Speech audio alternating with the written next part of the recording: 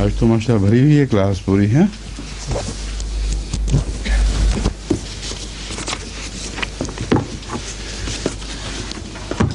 آیت 75 سے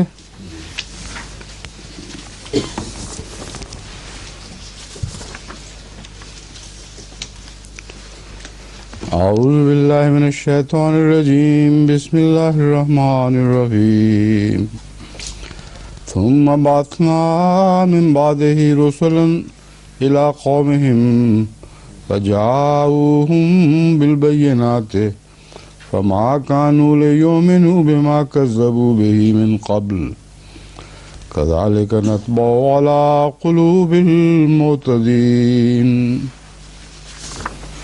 ثم بعثنا من بعدهم موسى وهارون إلى فرعون وملئه بآياتنا فاستكبروا وكانوا قوما مجرمين فلما جاءهم الحق من عندنا قالوا إن هذا لسحر مبين قال موسى تقولون للحق لما جاءكم أسحر هذا ولا يفلح الساحرون قالوا أجئتنا لتلفتنا عما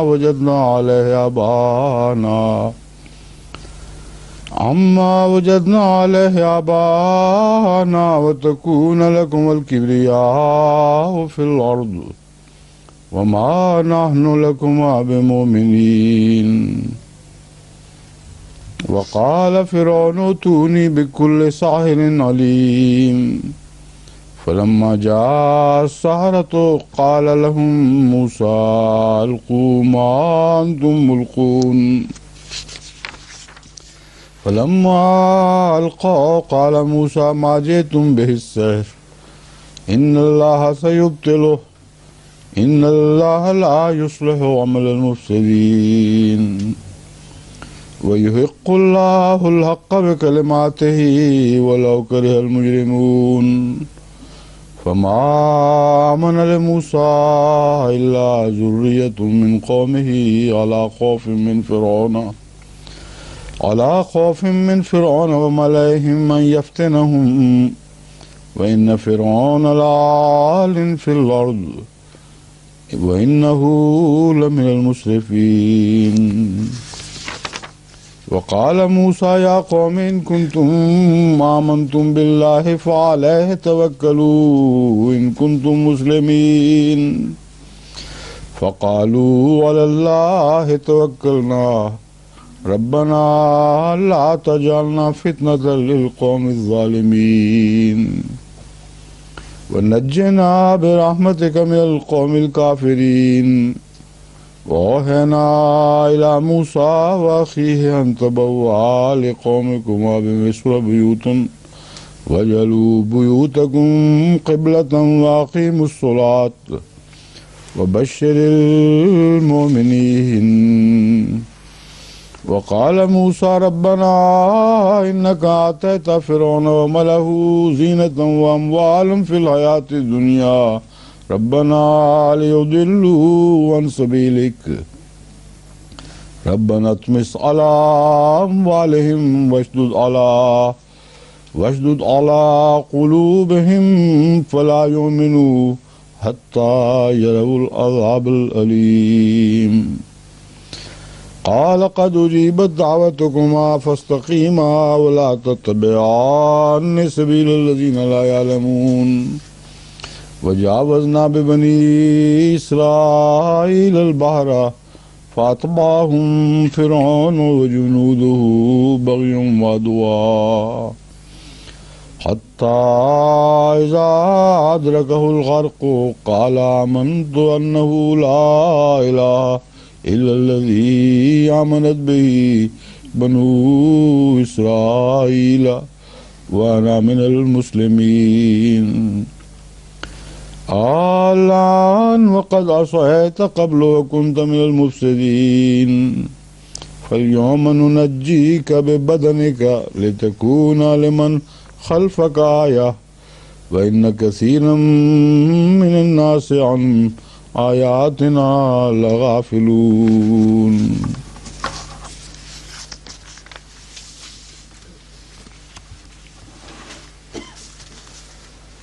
ثم بعثنا من بعدہ رسلا الی قومہم، پھر اس کے بعد یعنی حضرت نوح کے بعد ہم نے، یا اس واقعہ کے بعد کہ وہ غرق ہو گئے، ہم نے رسول مبعوث فرمائے الی قومہم، ان کی قوم کی طرف. یہاں رسول جمع ہیں اور قوم واحد ہے، تو قومہم کا ترجمہ اپنی اپنی قوم زیادہ مناسب رہے گا.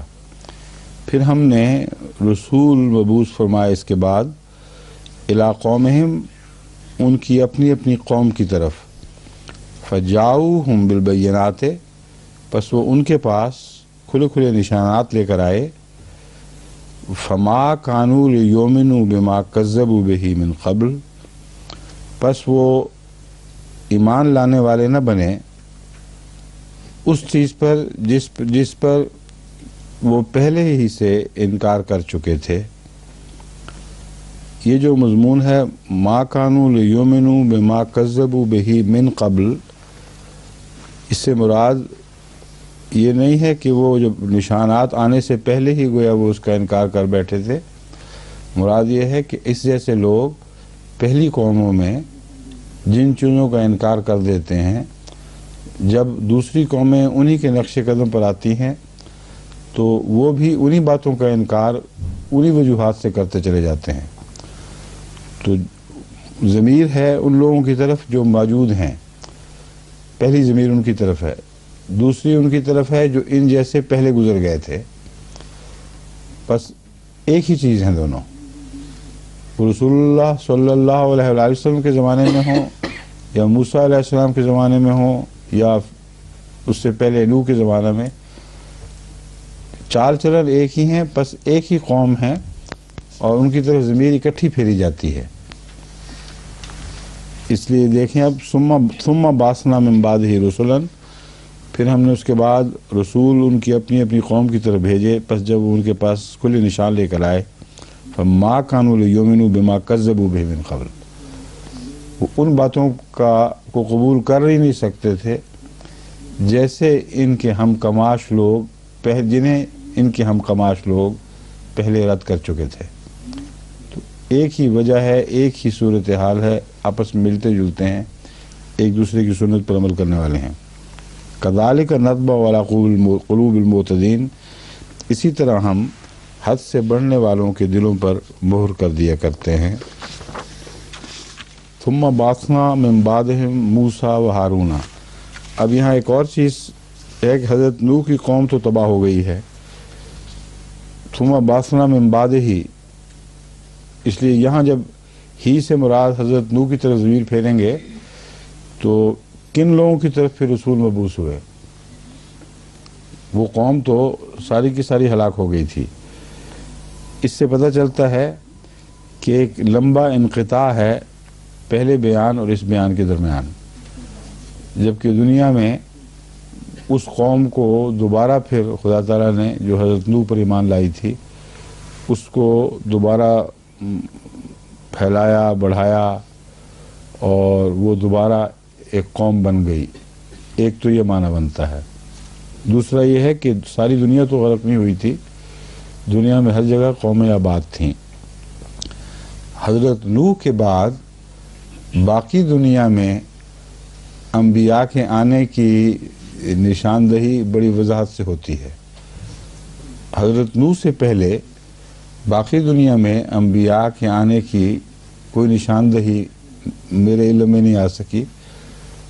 بہت تلاش کیا ہے تو زیادہ سے زیادہ چینی تاریخ میں ایسے نبیوں کی خبر ملتی ہے جو حضرت نوح کے زمانے میں پیدا ہوئے اور بین ہی ویسے ہی طوفان کی کہانیاں وہاں رائج ہیں جیسی حضرت نوح کے زمانے میں ہمیں یہاں ملتی ہیں.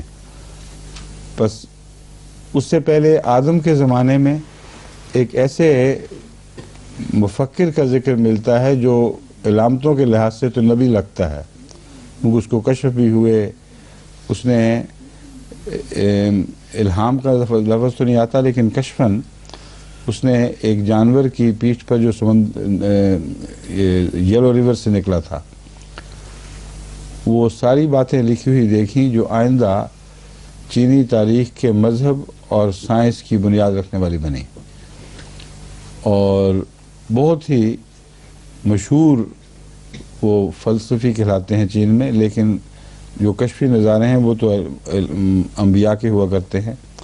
ان کا زمانہ آدم کے قریب قریب ہے، اور آدم کے متعلق جو آتا ہے کہ ہم نے اسے قلم سے سکھایا،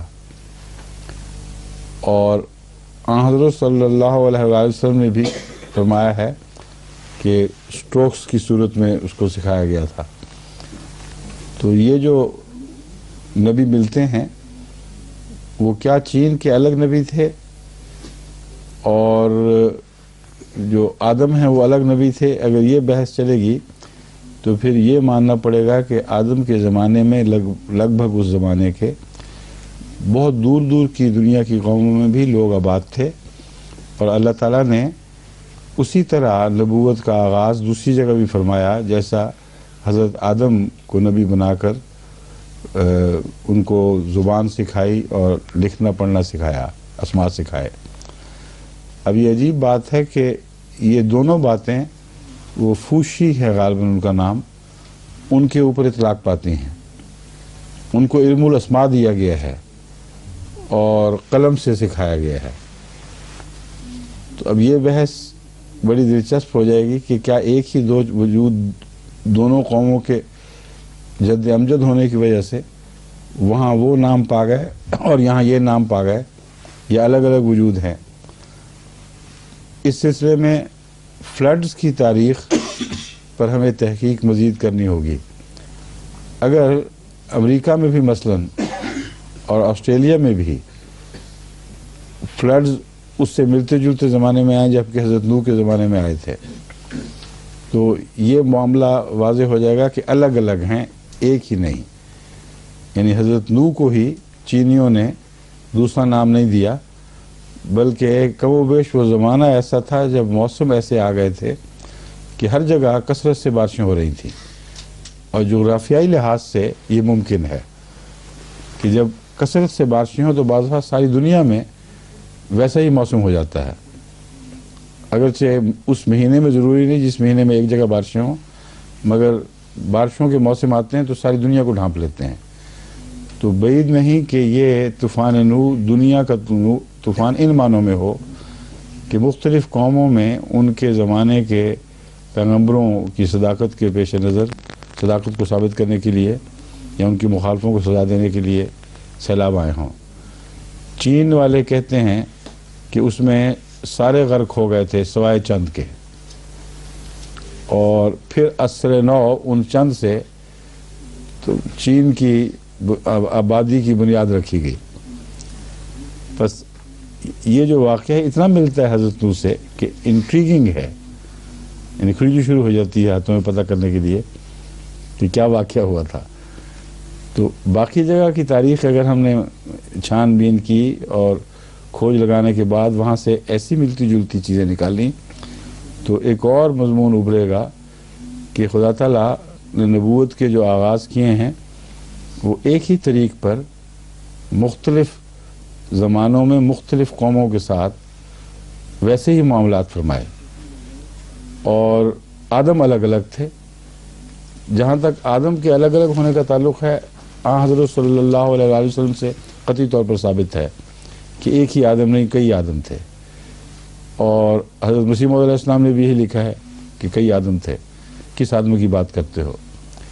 ابن عربی نے بھی اپنے کشف میں یہی دیکھا کہ بہت سے آدم ہیں، اور پرانے آدموں کی اولاد کشف خانہ کعبہ کا طواف کر رہی ہے۔ خانہ کعبہ کب کا ہے یہ بحثیں بھی اٹھ جائیں گی بیچ میں۔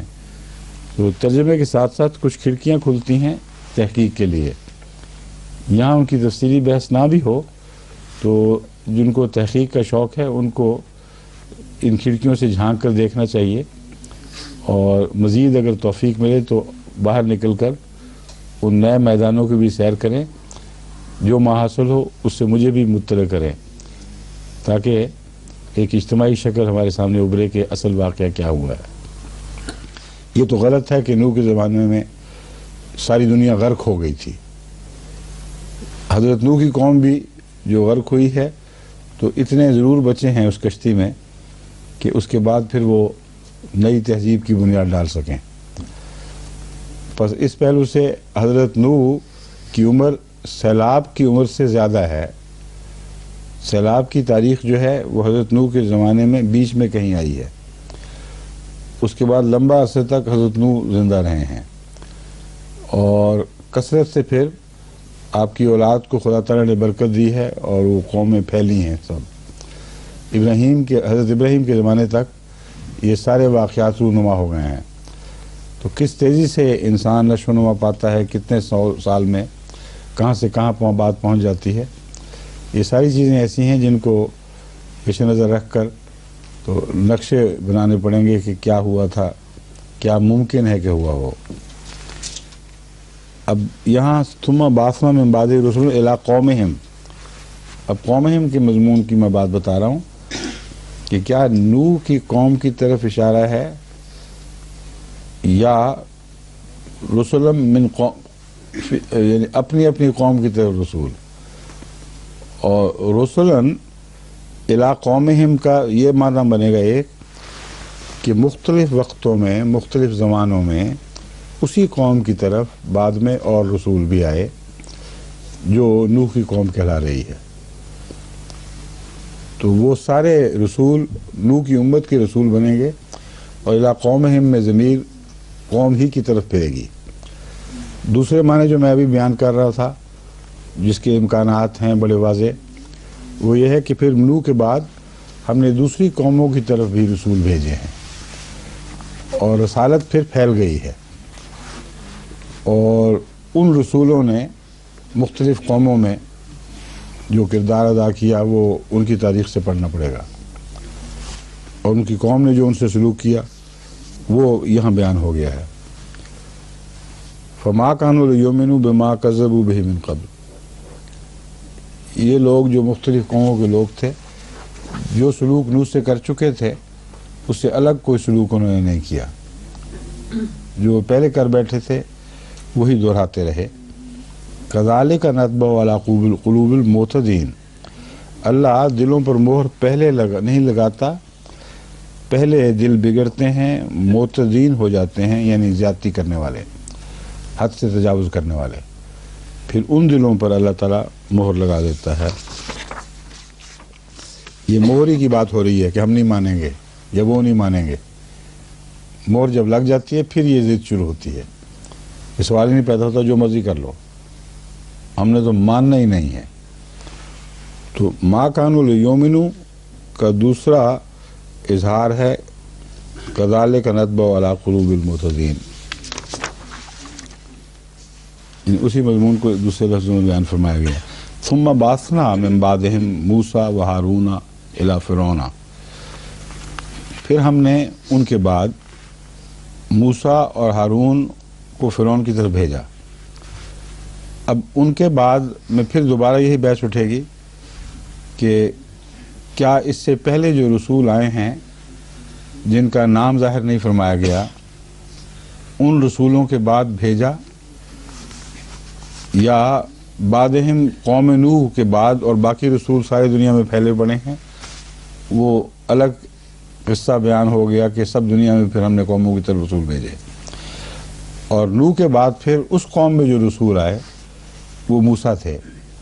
لیکن یہ درست نہیں ہے کیونکہ موسیٰ سے پہلے ابراہیم بھی آ چکے تھے، اور حضرت ابراہیم کی نسل سے کثرت سے انبیاء آ چکے تھے، اس لیے اس تاریخ کی روشنی میں اسے سامنے رکھتے ہوئے ترجمہ بنے گا ثم بعثنا من بعدہم موسیٰ و ہارون الی فرعون، کہ نوح کی قوم میں نوح کے بعد جو رسول بھیجے۔ اب اس ترجمے کی لڑی بنے گی یہ ساری، نوح کے بعد نوح کی قوم میں ہم نے اور بھی رسول بھیجے جو اپنی اپنی قوم کی طرف آئے، یعنی اپنے اپنے زمانے میں اپنی قوم کی طرف آئے۔ ایسی صورت میں یہ جب آ کے گزر گئے ثم بعثنا من بعدہم موسیٰ، پھر ان کے بعد ہم نے موسیٰ کو مبعوث فرمایا، وہارون اور ہارون کو، الی فرعون و ملئہ، فرعون اور اس کے سرداروں کی طرف، بے آیاتنا، اپنے نشانات کے ساتھ، فاستکبروا وکانوا قوم مجرمین، پس انہوں نے تکبر کیا، وکانوا قوم مجرمین، اور وہ مجرم قوم میں سے ہو گئے۔ اب یہ ایک بہت اہم سوال اٹھتا ہے کہ یہاں حضرت ابراہیم کو کیوں چھوڑ دیا گیا؟ نوح کے بعد تو عظیم نبی جو پیدا ہوئے وہ حضرت ابراہیم تھے، اور اس کے بعد سلسلہ نبوت جاری ہوا ہے، موسیٰ پہ کیوں بات آ گئی؟ وجہ یہ ہے کہ پہلے غرق کی بات ہو رہی ہے، اب ایک اور غرقابی کا واقعہ بیان ہونے والا ہے۔ موسیٰ کی قوم نے اسی طرح انکار کیا جیسے نوح کی قوم نے انکار کیا، اور ان کے ایک بڑے حصے کو بھی غرق کر دیا گیا۔ اور اس غرقابی سے یہ بات بھی سمجھ آ سکتی ہے کہ ساری قوم غرق نہیں ہوا کرتی، بلکہ ایک بڑا حصہ جو سامنے مقابل پر نکلا وہ غرق ہو جاتا ہے، اور کچھ لوگ بچ جاتے ہیں جو اس علاقے میں نہ ہوں جہاں غرقابی کا واقعہ پیش آئے۔ تو یہ تعلق ہے پہلے مضمون کا اس مضمون سے، اسی لیے بیچ کے انبیاء کا ذکر ضمناً فرما دیا، اشارتاً کہ اور بھی آئے ہیں، براہ راست موسیٰ نہیں آ گئے بعد میں، مگر مضمون چونکہ وہ اٹھانا تھا دوبارہ، اس لیے حضرت موسیٰ کو یہاں بیچ میں داخل فرما دیا۔ اور ہارون کا فاستکبروا، انہوں نے بھی تکبر کیا جیسے نوح کی قوم نے تکبر کیا تھا، وکانوا قوم مجرمین، اور وہ مجرم قوم بن گئے، مجرم قوم تھے۔ فلما جاءہم الحق من عندنا قالوا ان ھذا لسحر مبین، جب ان کے پاس ہماری طرف سے حق آیا، لما جب جاءہم ان کے پاس آیا، الحق حق، من عندنا ہماری طرف سے، عندنا ہماری، من میں نے سے، عندنا من ہماری طرف سے، قالوا ان ھذا لسحر مبین، انہوں نے کہا یہ تو کھلا کھلا جادو ہے۔ قال موسیٰ اتقولون للحق لما جاءکم، یہ بہت خاص انداز بیان ہے حضرت موسیٰ علیہ السلام کا۔ پہلے کہا جا چکا ہے قالوا ان ھذا لسحر مبین، یہ کھلا کھلا جادو ہے۔ حضرت موسیٰ کہتے ہیں کیا کہا، حق کے متعلق کہہ رہے ہو؟ یہاں دوبارہ نہیں فرمایا کہ کیا تم نے کہا حق کے متعلق، اتقولون للحق لما جاءکم، ہیں یہ کیا کہا تم نے، یہ جادو والی بات حق کے بارے میں کہہ رہے ہو جب کہ یہ آ گیا، اسحر ھذا، کیا یہ حق جادو ہے، ولا یفلح الساحرون، اور جادوگر تو کامیاب نہیں ہوا کرتے۔ اب جادوگر کامیاب نہیں ہوا کرتے ایک سٹیٹمنٹ ہے، لیکن اللہ تعالیٰ نے فرعون سے وہی بات نکلوا دی کہ حضرت موسیٰ کی سٹیٹمنٹ سچی ثابت ہو جائے، اور کہا ہم جادوگروں کو بلاتے ہیں، اور وہ جادوگر ناکام ہو جائیں گے۔ تو حضرت موسیٰ کا یہ قول بہت اہم ہے، ہیں حق کے متعلق کہہ رہے جادو ہے، جادوگر تو کامیاب ہوئے نہیں کرتا۔ وہ کہتا اچھا ہم جادوگر لے کے آتے ہیں، پھر جب وہ ناکام ہوتے ہیں تو وہ پہچان لیتے ہیں کہ یہ حق ہے۔ یہ ہے مضمون کا تسلسل۔ قالوا اجئتنا لتلفتنا اما وجدنا علیہ آباءنا، انہوں نے اس کے جواب میں ایک بات کہی ہے جو ہر نبی کے مخالف کہتے ہیں کہ تم تو فتنہ پیدا کر رہے ہو ہمارے اندر، اور ہمیں اپنے ماں باپ سے الگ کر رہے ہو، ہمارے آباء و اجداد کے مذہب کو چھوڑنے پر مجبور کرتے ہو، یہ نہیں ہو سکتا۔ آج کل کے جتنے اکثر مولوی کے پیچھے چلنے والے لوگ ہیں ان کا یہی مسلک ہے، جو قبر پرست ہیں وہ بھی یہی کہتے ہیں، ہم نے اپنے ماں باپ کو یہی کرتے دیکھا ہے، تم کیا نئی باتیں بتا رہے ہو۔ لتلفتنا، ہمیں پھسلا دو، اما وجدنا علیہ آباءنا، ان باتوں سے جن پر ہم نے اپنے ماں باپ کو پایا، کیا یہ مقصد ہے تمہارے آنے کا؟ قالوا اجئتنا، کیا اس غرض سے آئے ہو؟ لتلفتنا اما وجدنا علیہ آباءنا وتکون لکم الکبریاء فی الارض، اب تک تو کبریا ان کے آباء و اجداد کے مذہب پر چلنے والوں کی تھی، ان کو فوقیت حاصل تھی، ان کی سرداری مانی ہوئی تھی. تو کہتے ہیں تمہاری نیت یہ ہے کہ ہماری سرداریاں چھین لو ہم سے. اور یہی وجہ ہے جو ہمیشہ انبیاء کی مخالفت ہوتی ہے. اس کے مقابل پر جو جھوٹی سرداریاں قائم ہوتی ہیں آباء و اجداد کے مذہب پر، وہ تھریٹ ہوتی ہیں ہمیشہ، اور ان کو مذہب کی حفاظت کا کوئی بھی پاس نہیں ہوتا، صرف سرداری کا پاس ہوتا ہے. تو اب ان کے منہ سے نکلا ہی ہے یہ بات کہ اچھا تم ہماری سرداریاں توڑنے آئے ہو.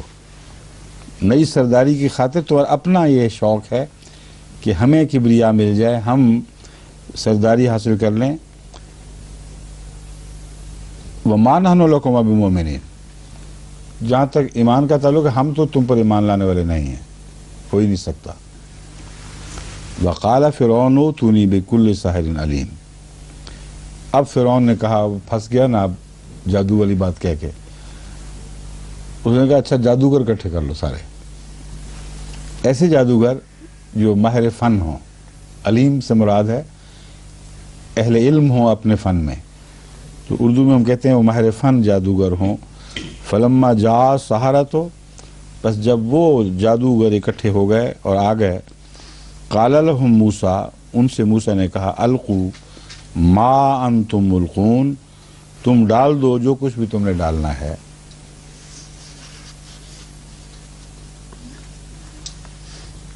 یہ نسبتاً زیادہ تفصیل سے دوسری جگہ بھی بیان ہوا ہے، مگر ایک ہی واقعہ ہر دفعہ بین انہی لفظوں میں بیان کرنا ضروری نہیں. قرآن کریم نے یہاں نسبتاً مختصر فرمایا ہے. نتیجتاً موسیٰ نے ان کو کہا کہ تم ڈالو پہلے.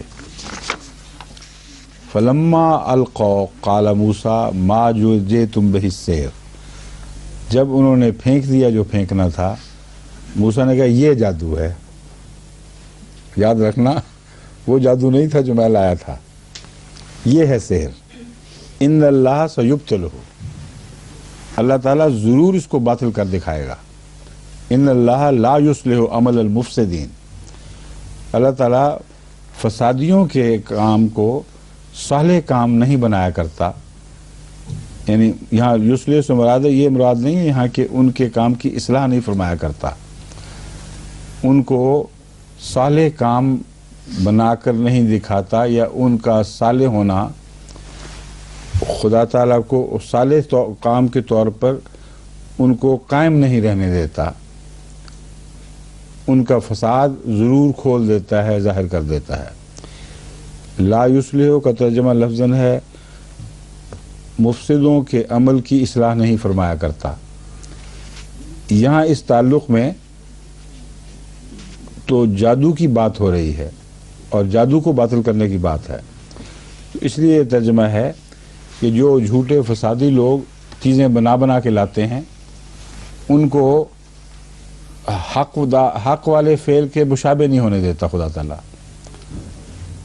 ان کا بطلان ظاہر فرما دیا کرتا ہے. وَيُحِقُّ اللَّهُ الْحَقَّ بِكَلِمَاتِهِ، اب دیکھیں وہی مضمون ہے انہی معنوں میں. اور خدا تعالیٰ ضرور اپنے کلمات سے حق کی سچائی ثابت کرتا ہے. وَلَوْ كَرِهَ الْمُجْرِمُونَ، خواہ مجرم لوگ کیسا ہی ناپسند کیوں نہ کریں.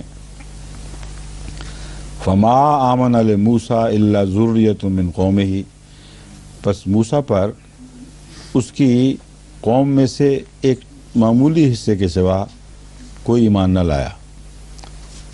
ذُرِّيَّةٌ مِّن قَوْمِهِ، کیوں ایمان نہیں لایا؟ عَلَىٰ خَوْفٍ مِّن فِرْعَوْنَ، فرعون کے ڈر سے ڈر کے مارے، وَمَلَئِهِمْ، اور ان کے سرداروں سے ڈر کے مارے، أَن يَفْتِنَهُمْ، کہ انہیں عذاب میں مبتلا کریں گے، آگ پہ بھونیں گے. یفتنہم کا مطلب ہے طرح طرح کی تکلیفیں دیں گے یا ابتلا میں ڈالیں گے. اب ایک فتنہ یہ ہے، اس کو یاد رکھیں، ایک فتنہ وہ ہے جو مومن کے حوالے سے ہمیں ملتا ہے. مومن دعا کرتا ہے کہ اے خدا ہمیں دوسروں کے لیے فتنہ نہ بنانا. دونوں جگہ الگ الگ مضمون ہے. یہاں یہ ہے کہ من فرعون وملئ ان یفتنہم، کہ انہیں فتنے میں نہ ڈال دیں. فتنہ اس موقع پر یہ معنی رکھتا ہے کہ ہمیں عذاب دے کر، تکلیف دے کر حق سے نہ ہٹا دیں. تو حق سے ہٹنا فتنہ ہے اصل بنیادی بات. اور یہ معنی ہر جگہ ملیں گے آپ کو، اگرچہ موقع محل کے مطابق اس کے ان ترجموں میں تھوڑا سا فرق پڑتا ہے، لیکن ابھی آگے جب بات آئے گی تو بتاؤں گا آپ کو.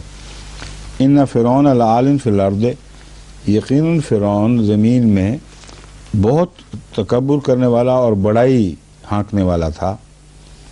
وَإِنَّهُ لَمِنَ الْمُسْرِفِينَ، اور یقیناً وہ حد سے گزر جانے والوں میں سے تھا. عالن میں نے بے ناحق سر بلندی کرنا یا بغاوت کرنا حق کے خلاف.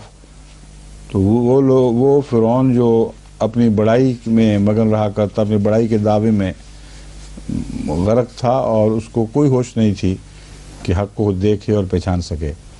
اس لیے عالن فی الارض میں ایک تو یہ معنی ہے کہ اس کے نفس کی بڑائی بہت تھی، دوسروں پر وہ استبداد کرتا تھا اور ایک بھاری جابر انسان تھا. تو کئی قسم کے معنی عالم کے لفظ کے ساتھ ابھرتے ہیں اور سارے ہی یہاں درست بیٹھتے ہیں. وقال موسیٰ یا قوم ان کنتم آمنتم باللہ فعلیہ توکلوا ان کنتم مسلمین. چونکہ ذکر گزرا ہے کہ وہ لوگ ڈر کے مارے مانتے نہیں تھے، اس لیے حضرت موسیٰ نے اپنی قوم کو نصیحت فرمائی کہ دیکھو تمہارے دل میں اگر ایمان آ گیا ہے تو ان کی پرواہ نہ کرو. ان کنتم آمنتم باللہ فعلیہ توکلوا، اگر اندر خدا پر ایمان لے آئے ہو تو توکل بھی تو اسی پر کرو. ان کنتم مسلمین، اگر تم فرما بردار ہونا چاہتے ہو، فرما برداری کے ارادہ رکھتے ہو، تو پھر جس پر ایمان لائے ہو اس پر توکل بھی کرو. تب انہوں نے کہا فقالوا علی اللہ توکلنا، انہوں نے کہا ٹھیک ہے ہم اللہ پہ توکل کرتے ہیں. ربنا لا تجعلنا فتنۃ للقوم الظالمین. اب فتنۃً کا مضمون دوبارہ آیا ہے. یہاں فتنہ کا کیا معنی ہے؟ ایک معنی یہ ہے کہ ہماری وجہ سے، ہماری غلطیوں سے دشمن ٹھوکر نہ کھا جائے اور حق سے نہ ہٹ جائے. لیکن توکل کے تعلق میں یہ معنی بنے گا کہ اے خدا ہم نے تجھ پہ توکل کیا ہے، اب ہم سے ایسا سلوک نہ ہو کہ دشمن کو جگ ہسائی کا موقع بھی ملے اور وہ کہے کہ ان کا تو کوئی بھی نہ نکلا، اس لیے وہ ٹھوکر کھائیں تو ہمیں بہانہ بنا کر ٹھوکر کھائیں. تو فتنہ میں حق سے ہٹنے کا معنی ہر صورت میں موجود ہے.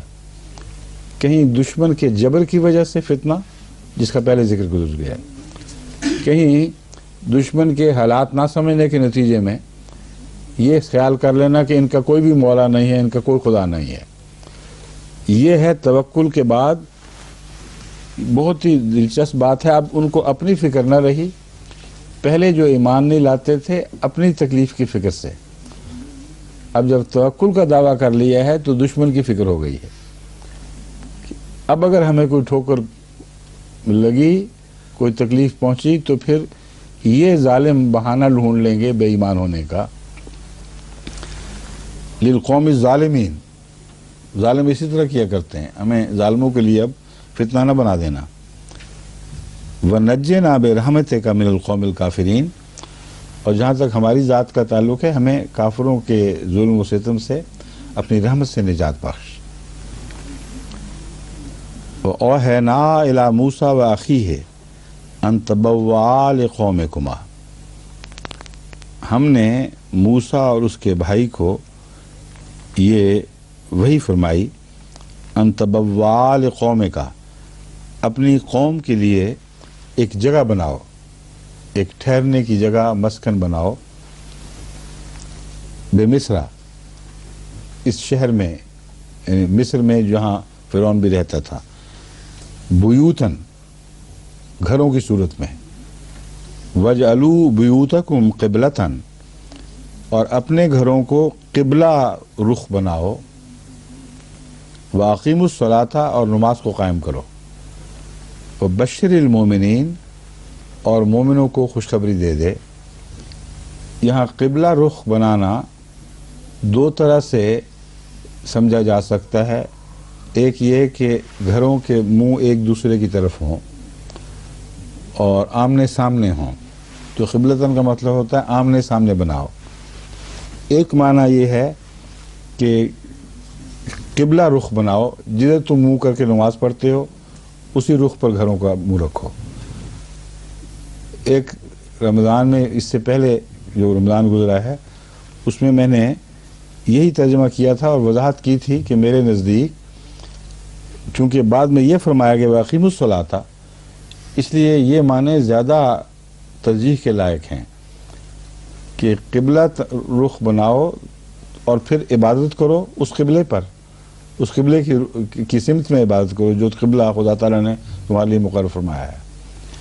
ساتھ ہی میں نے استنباط کیا تھا کہ چونکہ فلسطین ان کا قبلہ ہے اور اسے قبلہ اول بھی کہا جاتا ہے، تو ہرگز بعید نہیں کہ ان کے حضرت موسیٰ اور ان کے بھائی کو اللہ تعالیٰ کا یہ ارشاد ہو کہ قبلہ رخ بناؤ، یعنی جو تمہارا قبلہ ہے اس کی طرف منہ رکھو تاکہ ان کو نماز میں بھی کوئی ٹیڑھے ہو کے نمازیں نہ پڑھنی پڑیں، جس رخ پہ گھر ہیں اسی رخ پہ نمازیں بھی پڑھیں جو نمازیں اس زمانے میں ان کی تھیں۔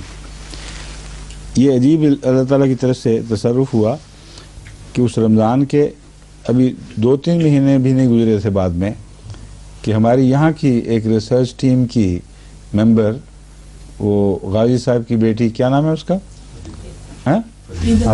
فریدہ غازی، ہاں، وہ تحقیق کر رہی تھیں تو ان کو یہ بات مل گئی ہے کتاب سے، اور ضمن میں تحقیق کر رہی تھی یا میرے کہنے کے بعد اس بات کی تلاش کر رہی تھیں، مگر وہ بات ہی عجیب ملی، پہلی دفعہ ہمارے علم میں آئی کہ اس جگہ جہاں فرعون رہتا تھا وہ سارا علاقہ جو قرآن کریم کی آیات کے کا مرکز بنا ہوا ہے، جہاں سب کچھ گزرا، اس کے متعلق نئی تحقیق میں کھدائی میں یہ عجیب بات معلوم ہوئی ہے کہ ایک ایسی بستی نکلی ہے جس کے سب گھر ایک معین سمت میں ہیں آرگنائزڈ، اور تحقیق کرنے والوں نے سخت تعجب کا اظہار کیا ہے کہ اس سے پہلے کی فرعون مصر کی تاریخ میں یا مصر کی ویسے تاریخ میں کبھی یہ واقعہ نہیں ہوا کہ کوئی ایسی بستی دریافت ہوئی ہو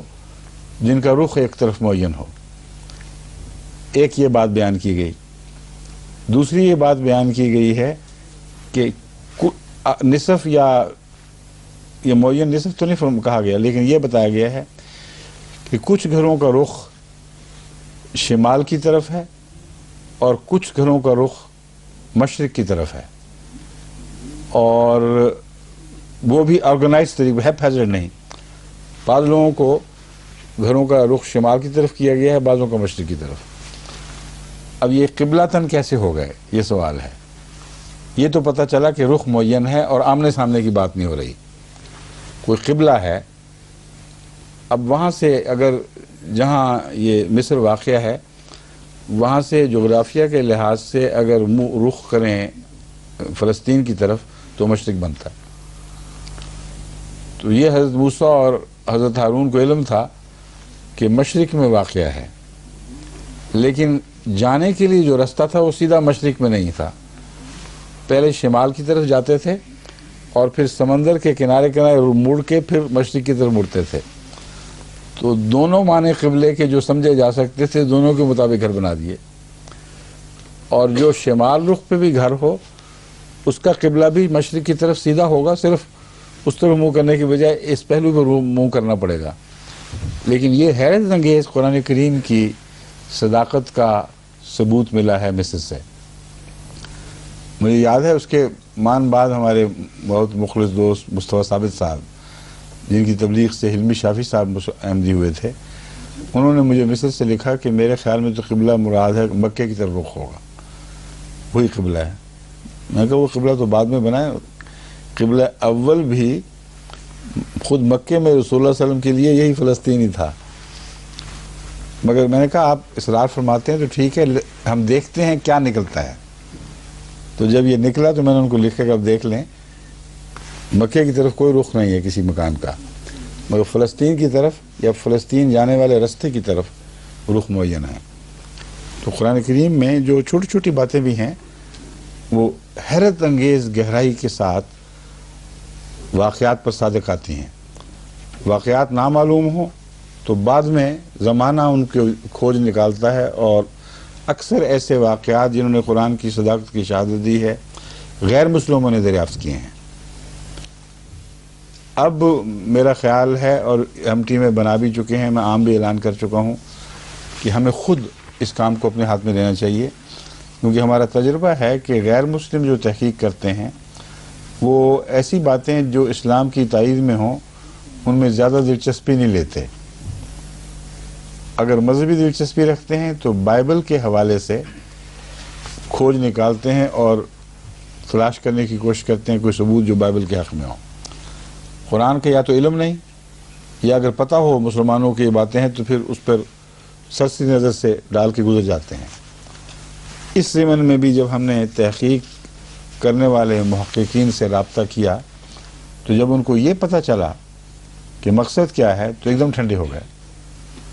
اس سے پہلے دلچسپی لے رہے تھے، لیکن انہوں نے جو بتایا کہ جب ان کو پتہ لگا یہ باتیں ہو رہی ہیں کہ کیوں اسلام کی عظمت اور اس کی صداقت کے لیے ایک عظیم شان نشان ہے، تو جو دریافت کرنے والے تھے وہی کچھ بے دلے سے ہو گئے۔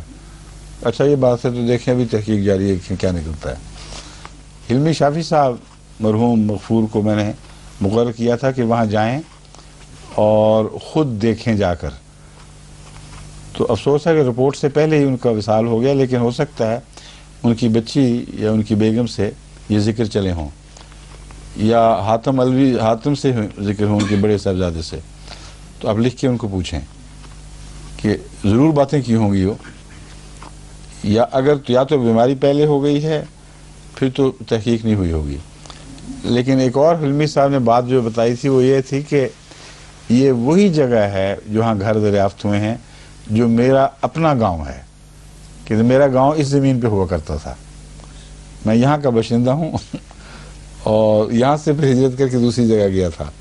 جب میں ان کو بتایا، نقشہ دکھایا کہ او ہو یہ تو میرے گھر کی بات کر رہے ہو، تو عجیب بات ہے کہ وہاں ان کا قبلہ سیدھا کرنے والا پیدا ہوا، جو پرانے زمانے میں موسیٰ کے زمانے میں جس قسم کے لوگ تھے ان کے قبلے کے حوالے سے میں بات کروں کہ حضرت حلمی شافی صاحب کا اپنا گاؤں اپنا مقام اسی سرزمین پہ واقع تھا۔ اب وہاں سے ان کو نکال کے الگ کر دیا گیا کیونکہ کھدائی ہو رہی ہے، یا ویسے ہی چھوڑ گئے ہوں گے، مگر حلمی صاحب تو بہت پہلے ہی باہر آ گئے تھے۔ تو وہ جگہ ہے جہاں ابھی کھدائی جاری ہے اور مکانات مزید مل رہے ہیں، تو اللہ تعالیٰ کے فضل سے جب یہ تحقیق مکمل ہوگی تو انشاءاللہ بہت بڑے اسلام کے حق میں صداقت کے نشان ملیں گے۔ لیکن ہمیں کسی احمدی کو ضرور وہاں بھیجنا ہوگا، وہ ساتھ شامل ہو۔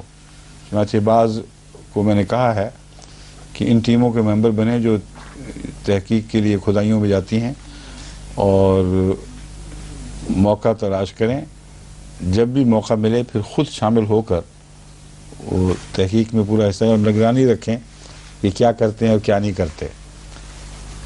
یہ اس لیے ضروری ہے کہ اکثر ایسے امور جو اس زمانے میں عظیم نشانات سے تعلق رکھتے ہیں ان کی تحقیق غیروں نے صرف کی ہوئی ہے، اور اپنی نظر ڈالنے والا کوئی ان میں شامل نہیں ہے، اور پھر غلط نتیجے نکال دیتے ہیں، اور ہم آنکھیں بند کر کے ان نتیجوں کو آخری اور قطعی سمجھ کر جس حد تک ممکن ہے اس سے استنباط کرتے ہیں، باقی ہمارے لیے بیکار ہو جاتا ہے۔ اس کی مثال ہے یہ جو مثلا حضرت مسیح علیہ الصلوۃ والسلام کے تعلق میں جو تحقیق ہے اس سے پتہ چلتا ہے کہ ان لوگوں نے کئی چیزوں پر پردے ڈالے ہوئے ہیں۔ مثلا تورین شراؤٹ کی جو تحقیق ہے اس میں یہ بحثیں اٹھ رہی ہیں کہ کیا اس کپڑے پر ایسی تصویر آ سکتی تھی جو فوٹوگرافی کے ذریعے آ سکتی ہے اور آرٹسٹ خود نہیں بنا سکتا۔ جس کپڑے پر حضرت مسیح کی تصویر ہے اس کپڑے پر نیگیٹو لائنوں میں حضرت مسیح کی یا اس شخص کی جو اس کپڑے میں لپٹا ہوا تھا اس کی تصویر موجود ہے۔ اب محققین جو ہیں ان میں دو قسم کے ہیں، کچھ ایسے جن کی مذہب میں کوئی دلچسپی نہیں ہے مگر وہ یہ مانتے ہیں کہ عیسیٰ مرے ہوئے تھے، جی اٹھے نہ مانے بشک، لیکن جب تحقیق کرتے ہیں تو اس مفروضے پر کہ عیسیٰ علیہ السلام لازماً مرے ہوئے تھے۔ کچھ وہ محققین ہیں جو عیسائی کٹر عیسائی ہیں بیچ میں شامل ہو گئے ہیں تاکہ جب موقع ملے وہ اپنی تحقیق کا رخ پھیر دیں اور اپنے حق میں چیزیں نکالیں۔ وہ بھی مرا ہوا مانتے ہیں اور مر کر پھر زندہ ہونا مانتے ہیں، تو ان کے اندر پھر دو قسم کے گروہ بن گئے ہیں۔ ایک وہ ہیں جو یہ کہتے ہیں کہ مرا ہوا تھا ضرور، لیکن جب اس کو دوبارہ زندگی ملی ہے تو ایک شعلہ نور نکلا ہے بڑے زور سے، اور اس شعلے کی وجہ سے جو جلانے والا نہیں تھا بلکہ نور کا شعلہ تھا، وہ اس کے پرنٹ سارے اس کپڑے پر آ گئے، اور بعضوں نے تو یہاں تک کہا کہ وہ جلنے والے جو نشان ہیں وہ بھی شاید اس کی حدت سے پھر کچھ حصہ جل بھی گیا۔ ایک فرضی کہانی ہے مگر اس میں انہوں نے پناہ ڈھونڈی ہے۔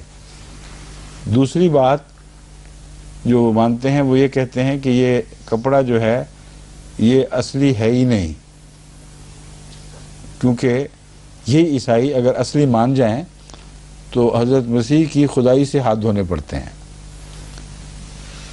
اور اس کے لیے بھی سائنٹسٹ کی زبان میں بات کر رہے ہوتے ہیں۔ کئی کٹر عیسائی سائنٹسٹ شامل ہو گئے اور انہوں نے یہ ثابت کیا ناسا کی طرف سے مثلاً کہ کاربن ٹیسٹنگ ہو گئی ہے، اور کاربن ٹیسٹنگ سے پتہ چلتا ہے کہ اس کا زمانہ تقریباً 1200 سال پہلے کا ہے۔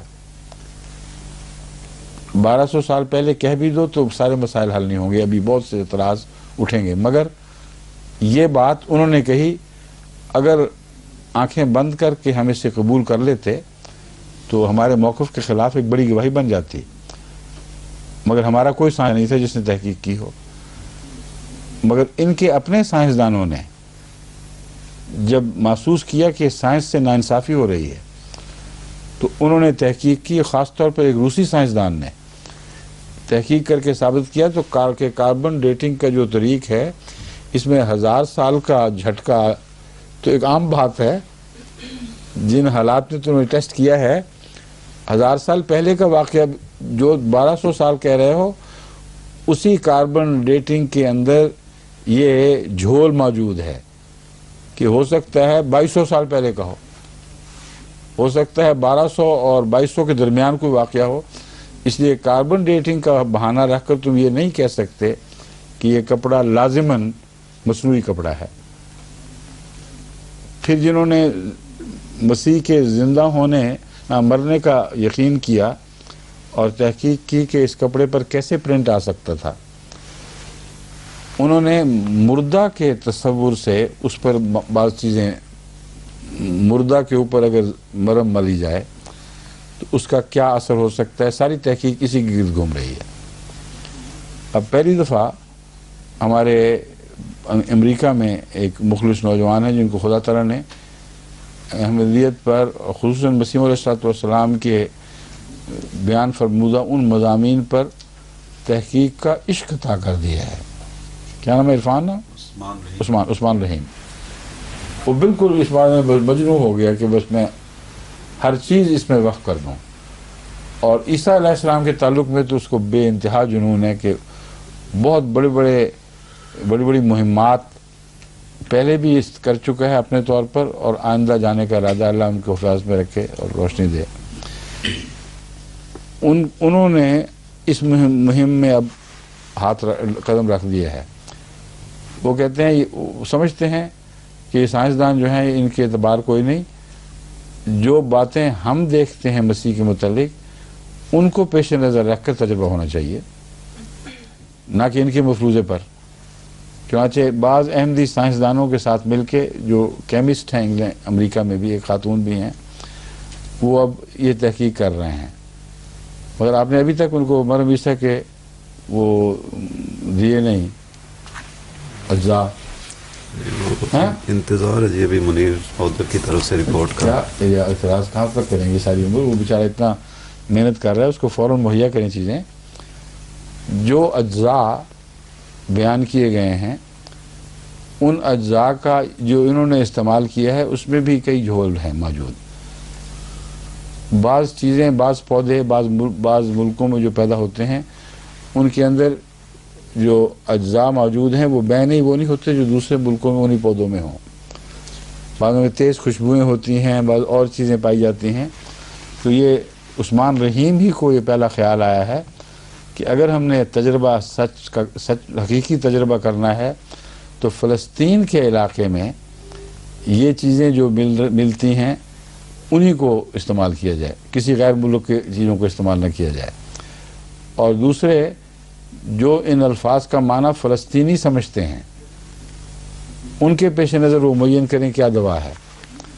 کیونکہ بعض دفعہ ایک ہی چیز کا ایک نام ہے جو ایک پودے پر بھی اطلاق پاتا ہے، دوسرے پودے پر بھی اطلاق پاتا ہے. اور اگر تفصیل بیان نہ ہو تو پھر مشکل پڑ جاتی ہے. اب ہومیوپیتھی میں بھی جو مختلف پودوں کے نام ہیں اس کے ساتھ لفظ کبھی ولگیرس لکھا ہوگا، کبھی کوئی اور لفظ لکھا ہوگا، یہ بتانے کے لیے کہ ایک ہی پودے کی قسموں میں مختلف پودے پائے جاتے ہیں. تو یہ رحیم نے بہت ہی معقول طریق اختیار کیا عثمان نے. اور میں آپ کے پیچھے پڑا ہوں کتنے مہینے سے؟ ہاں بتا دیں سچ سچ. 3 2.5 ہاں. ابھی تک فلسطین سے نہ وہ اجزائے نہ اس کی تفصیل آئی. اب فلسطینی سن رہے ہوں اگر یہ یا کل سنیں گے تو ان کو چاہیے کہ فوری طور پر رسپونڈ کریں. وہ تمام اجزاء جو مرحوم عیسیٰ میں بیان کیے جاتے ہیں ان کی لسٹ بھیج دی ہے. پوچھیں کہاں پھینکی ہے اس نے. اور دوسرے اس نے ایک اور لسٹ بھیجی ہے جو حکیم مرحوم عیسیٰ کی بنائی ہوئی ہے، انہوں نے غالباً قرابہ دین سے لی ہے. اس لسٹ کے مطابق جو نام ہیں وہ بھی کہتے ہیں ان کو بھیج دو تاکہ جو انگریزی کتابوں سے لی گئی ہے لسٹ اس میں اور اس میں اگر فرق ہے تو وہ پہچان لیں. اس میں اصل نام ہیں جو حکیم مرحوم عیسیٰ صاحب نے مرحوم بنائی تھی. اور چونکہ حضرت مسیح السلام کے زمانے میں یہ بات رائج ہو گئی تھی کہ یہ نسخہ ہے اور یہ دوائیں ہیں، اگر کوئی فرق ہوتا تو ان کو ٹوکا جاتا، ان کی اصلاح کی جاتی. وہ زیادہ مستند ہے. سمجھ گئے؟ بس یہ ہے تبوا لقومکما بمصر بیوتا وجعلوا بیوتکم قبلۃ واقیموا الصلاۃ وبشر المؤمنین. بس اپنے گھروں کو قبلہ رخ بناؤ اور نماز کو قائم کرو اور مومنوں کو خوشخبری دے. یہ قائم کر نہ وہاں اقیمو کرو مراد ہے، ساری قوم کو مخاطب ہے. وبشر المؤمنین یہ جو حوالہ ہے یہ حضرت صلی اللہ علیہ وسلم یعنی یہ ٹکڑا حضرت صلی اللہ علیہ وسلم پر اطلاق پاتا ہوا معلوم ہوتا ہے. کیونکہ پہلا ماضی میں ہے اوحینا الی موسیٰ واخی ان تبوا لقومکما کہ تم دونوں اپنی قوم کے لیے یہ کام کرو. یہاں اچانک واحد کا صیغہ ہے اور مخاطب واحد کا، تو معلوم ہوتا ہے کہ یہ حالات بیان کر کے مومنوں کو خوشخبری دے کہ ان کے ساتھ بھی ان کا بھی نیک انجام ہی ہوگا. ان کو بھی اللہ تعالیٰ کے فضل اور رحمتیں عطا ہوں گی جیسا کہ پہلے قوموں کے مومنوں کو عطا ہوتی رہیں. وقال موسیٰ ربنا انکا آتیت فرعون وملأہ زینۃ واموالا فی الحیاۃ الدنیا. اور موسیٰ نے کہا اے ہمارے رب یقیناً تو نے فرعون اور اس کے سرداروں کو زینتاً جو دنیا کی بہا اور رونق اور سجاوٹ کے سامان ہیں وہ عطا کیے ہیں. واموالاً اور کثرت سے اموال بخشے ہیں فی الحیات دنیا اس دنیا کی زندگی میں. ربنا لیضلوا عن سبیلک اے خدا یہ اس لیے ہے یعنی عملاً انہوں نے یہ استعمال شروع کیا ہوا ان چیزوں کا لیضلوا عن سبیلک کہ تیرے رستے سے لوگوں کو ہٹائیں.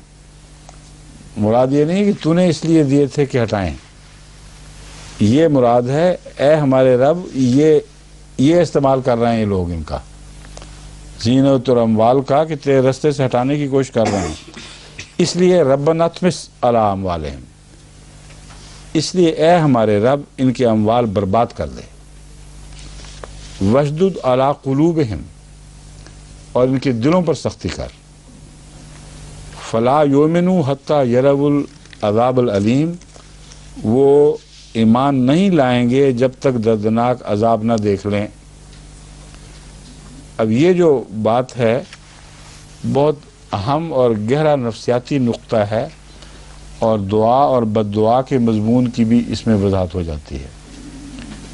بظاہر بد دعا ہے مگر مقصد یہ ہے کہ لوگ ایمان لے آئیں، بس وہ بد دعا جو اس مقصد کے لیے کی جائے کہ اکثر لوگ ایمان لے آئیں، اس کے نتیجے میں وہ بد دعا ایک ضمنی حیثیت رکھتی ہے، انبیاء کے دل میں پیدا ہونے والے کسی بغض سے اس کا کوئی تعلق نہیں، کیونکہ نتیجہ رحمت ہے۔ بس بد دعا دینا اس غرض سے نہیں ہے کہ حضرت موسیٰ کو تکلیف ہوتی تھی ان کے اموال دیکھ کر، اس پر تو کوئی اعتراض نہیں ہے، تو مالک ہے جس کو چاہے دے، لیکن جب غلط استعمال وہ کر رہے ہیں تو یہ استعمال روک بن گیا ہے لوگوں کے رستے میں کہ وہ ایمان لا سکیں، اس لیے ان کے اموال پر چوٹ مار، ان کو غربت کی سزا دے، اور یہ چوٹ دل پہ پڑے گی۔ جن کو دنیا کے اموال اور زینتوں سے محبت ہو ان کو دکھ تب پہنچتا ہے اگر زینت بھی ہاتھ سے جاتی رہے اور اموال بھی ہاتھ سے جاتے رہیں۔ وہ فرمایا وشدد علی قلوبہم، ان کے دلوں پر سختی کا یہ طریق ہے کہ ان کی زینتیں چھین لی جائیں، ان کے اموال ان سے لے لیے جائیں، فلا یؤمنوا حتی یروا العذاب العلیم، کیونکہ یہ ایسے لوگ ہیں جو دردناک عذاب جب تک نہ پہنچے اس وقت تک یہ ماننے والے نہیں ہیں۔ اس کے جواب میں اللہ تعالیٰ نے کیا فرمایا ہے؟ قد اجیبت دعوتکما فاستقیما ولا تتبعان سبیل الذین لا یعلمون، تم دونوں کی دعا سن لی گئی ہے، قبول کر لی گئی ہے، بس تم دونوں اب خوب ثابت قدم ہو جاؤ، ولا تتبعان سبیل الذین لا یعلمون، اور ہرگز ان لوگوں کی پیروی نہ آپ کرو جو نہیں جانتے۔ اس دعا کی قبولیت کا اب دلچسپ جو ہے نا قصہ فرعون کی غرقابی کی صورت میں آئے گا۔ یعنی یوں لگتا ہے جیسے حضرت موسیٰ نے سجیسشن دی اللہ تعالیٰ کو کہ اے خدا یہ طریقہ ہے، تو اللہ تعالیٰ وہ طریقہ استعمال کر کے دکھا دے گا کہ جب عذاب علیم پہنچے گا تو ایمان لائیں بھی تو فائدہ کوئی نہیں ہوگا۔ اس لیے تمہاری بات تو ہم نے مان لی، لیکن اب قائم رہو اپنی بات پر۔ اب دیکھو ہوتا کیا ہے۔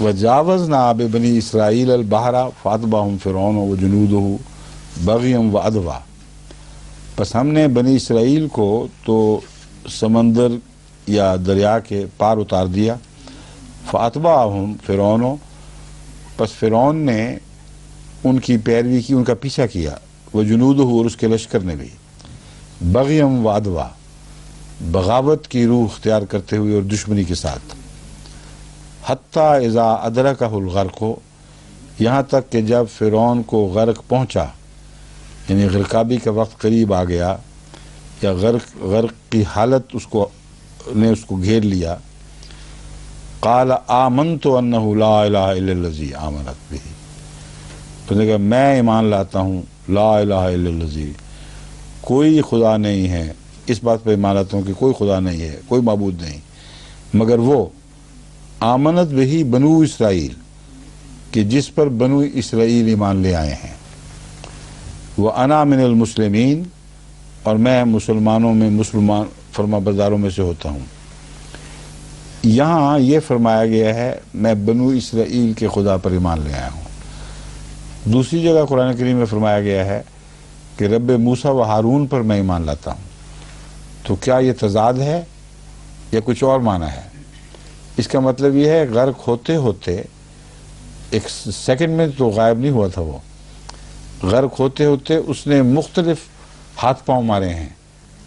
جیسے ڈوبتے کو تنکے کا سہارا، اس نے پہلے یہ کہہ دیا ہوگا کہ میں موسیٰ اور اس کے ہارون کے رب پر، لیکن اس میں بھی ایک تکبر کا پہلو تھا کہ ان دونوں کے رب پر تو میں مانا. بنی اسرائیل تو بڑے ذلیل لوگ ہیں. جب پھر بھی نہیں بچا تو پھر اس نے آخر عاجزی سے یہ کہا کہ اے خدا میں ان لوگوں کے رب پر ایمان لاتا ہوں جن کو میں بالکل حقیر اور ذلیل سمجھا کرتا تھا. ایسی صورت میں پھر اللہ تعالیٰ نے فرمایا آلان اب وقد عصیت قبل، اس سے پہلے تو انکار کر چکا تھا. وکنت من المفسدین، اور تو مفسدوں میں سے ہو گیا تھا. فَالْيَوْمَ نُنَجِّيكَ بِبَدَنِكَ لِتَكُونَ لِمَنْ خَلْفَكَ آیَةً، بس آج ہم تجھے تیرے بدن کے ذریعے نجات دیں گے. لِتَكُونَ لِمَنْ خَلْفَكَ آیَةً، تاکہ تو ان لوگوں کے لیے جو تیرے پیچھے آنے والے ہیں ایک نشان، پیچھے رہنے والے ہیں ایک نشان بن جائے. وَإِنَّ كَثِيرًا مِّنَ النَّاسِ عَنْ آیَاتِنَا لَغَافِلُونَ، اور یقیناً لوگوں میں سے اکثر ایسے ہیں جو ہماری آیات سے غافل ہیں. یہ ہے وہ آیت جو ایک لمبا عرصہ جماعت کے اندر محبت بنی رہی اور خوب دونوں طرف سے دلیلیں دی گئیں. میرا یہ مسلک ہے اس موقع پر کہ اگر اس کے باوجود غرق ہو گیا تو نونجی کا بے بدنے کا کہنے کا کیا مطلب ہے؟ پھر اگر ڈوب کر مر گیا تو کچھ بھی نہ نجات ہوئی کسی قسم سے بھی، اور اس دعا کی قبولیت کا پھر کسی پہلو سے بھی کوئی ہمیں نشان نہیں ملتا. اور پچھلوں کے لیے پھر وہ نشان کیسے بن گیا؟ کیونکہ جب اس کی غرق شدہ لاش دریافت ہوئی ہے تو اس کا بدن کیسے نشان بن گیا؟ اس طرح بن سکتا ہے کہ وہ بدن ان کے ہاتھ آیا ہو اور انہوں نے یہ دیکھا ہو کہ موسیٰ جیت گیا. اس پہلو سے تو وہ دعا کرتا یا نہ کرتا اس کا غرق ہونا اپنے ذات میں نشان تھا. اس پہلو سے میں آپ کو بتا رہا ہوں کہ جو میرا مسلک ہے محض اس کو پیش نظر رکھنا کافی نہیں ہے. اس آیت کی پیروی کرتے ہوئے دیکھنا چاہیے کیا کیا امکانات روشن ہوتے ہیں، کیونکہ ابھی کوئی پتہ نہیں کہ آئندہ کیا ظاہر ہونے والا ہے. اس لیے ہمیں قرآن کے مضامین کے ساتھ ساتھ چل کے اس نقشے کو ابھارنا چاہیے جو امکاناً اس سے ابھرتا ہے. ایک پہلو یہ ہے کہ اس آیت میں قطعی طور پر یہ معلوم ہوتا ہے کہ وہ ایمان لانے کا دعوے دار ہو گیا تھا موت سے غرغرے سے پہلے. غرغرے کے وقت تو آدمی نہ سوچ سکتا ہے نہ ایسی باتیں کر سکتا ہے. اتنا وقت اس کو ملا ہے کہ ایک بات کی پھر دوسری بات بھی کی، اور قرآن کریم میں جو الفاظ بدلے ہیں اس کی دعا کے وہ یہ ظاہر کرنے کے لیے بدلے ہیں کہ اس کو کچھ منٹ یا سیکنڈ ضرور ملے ہیں جہاں اس نے کئی طرح سے خدا کو بلایا ہے. تو اس کا ایمان لانا کچھ نہ کچھ اس کو فائدہ پہنچانا چاہیے تھا. مگر فرعون کے ایمان لانے کی وجہ دراصل بدن کا خوف تھا. مادی زندگی تھی، روحانی زندگی نہیں تھی. بس آل آن کا لفظ یہ بتاتا ہے کہ اللہ تعالیٰ نے فرمایا کہ تجھے تو دنیا کی زندگی کی فکر ہے اور اسی ڈر کے مارے تو ایمان لا رہا ہے، تو پھر ہم اتنا ہی سلوک تو سے کریں گے جو تیری اس فکر کے ساتھ مطابقت رکھتا ہو. بدن بمانا جان پھر یوں ہم یہ معنی ہوں گے. اس موقع میں اس کا مطلب یہ بنتا ہے ہم بدن بمقابل ایمان، کہ ہم تجھے تیرے ایمان کو تو قبول نہیں کریں گے کیونکہ قبولیت ایمان کا وقت نہیں، اور تیری روح کو نجات نہیں بخشیں گے، لیکن بدن کو نجات بخش دیں گے. اور یہ قطعی طور پر تب ثابت ہوگا اگر اس کا بدن بعد میں زندہ رہے اور پھر بھی ایمان نہ لائے اور بے ایمانی کی حالت میں وہ مر جائے، تو آل آن کا جو اعلان ہے وہ پوری شان کے ساتھ ظاہر ہو جاتا ہے. اور جو پچھلے رہ گئے ہیں وہ اس فرعون کو دیکھیں جو مارا کوٹا ذلیل ہو کر باہر نکلا ہے، زندہ رہا بھی ہے تو ذلت کی حالت میں، اور حضرت موسیٰ کی کامیابی اور اس کے ہاتھ سے نکل جانا یہ عیاں اور ظاہر و باہر ہو چکا تھا. تو یہ معنی اس لحاظ سے بنتے ہیں. اگر لاش دریافت ہوئی ہے تو پھر عبرت کے طور پر اس زمانے کے متعلق کہا جا سکتا ہے، مگر اس ترجمے میں ایک روک ہے، یعنی امکاناً موجود ہے. روک یہ ہے کہ تاریخ بتاتی ہے کہ وہ فرعون جس کا حضرت موسیٰ سے مقابلہ ہوا تھا، وہ فرعون واقعہ غرق کے بعد ایک لمبے عرصے تک زندہ رہا ہے، اور وہ جس کی لاش محفوظ ہے اس لاش کی تحقیق سے پتہ چلتا ہے وہ کوئی 92 سال کا بڈھا تھا،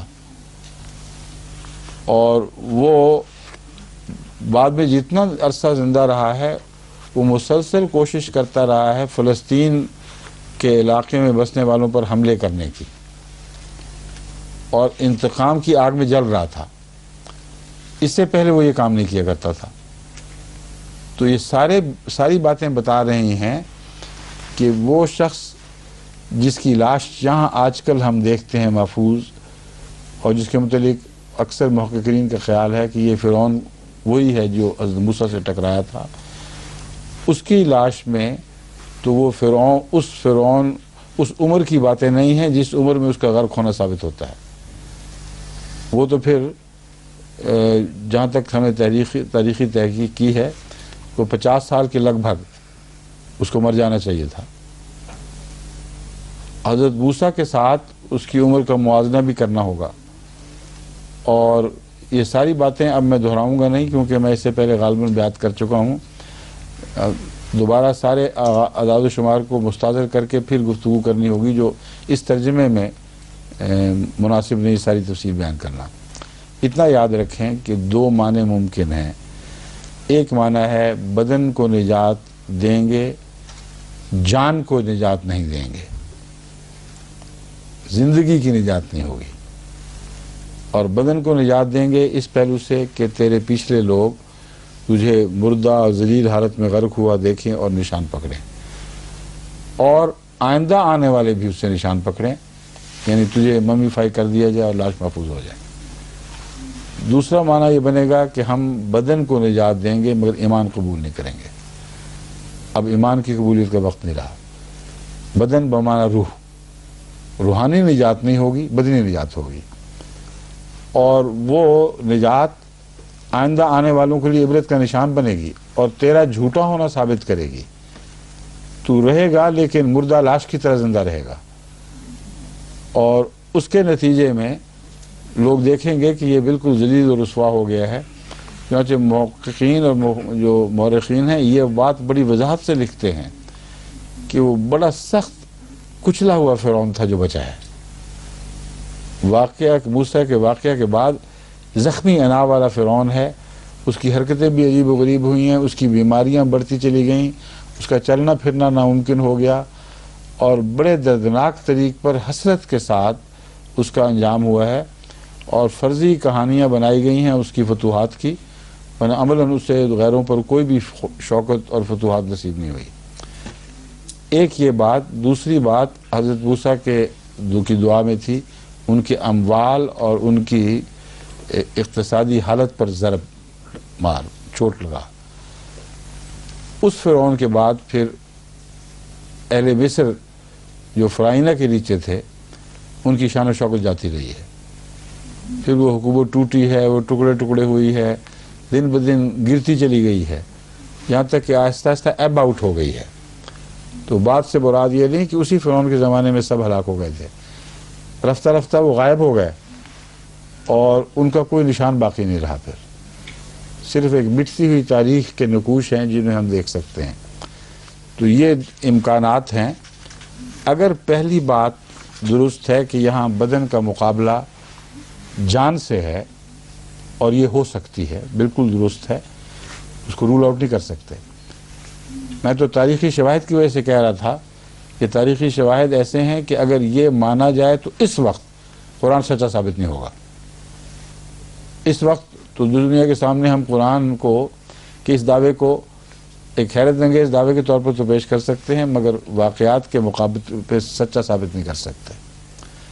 جو میں موقف لے رہا ہوں اس میں قرآن کے معنی تبدیل کیے بغیر اس بات کا واضح امکان ہے کہ قرآن کی صداقت ظاہر و باہر عیاں طور پر دنیا کے سامنے پیش کریں۔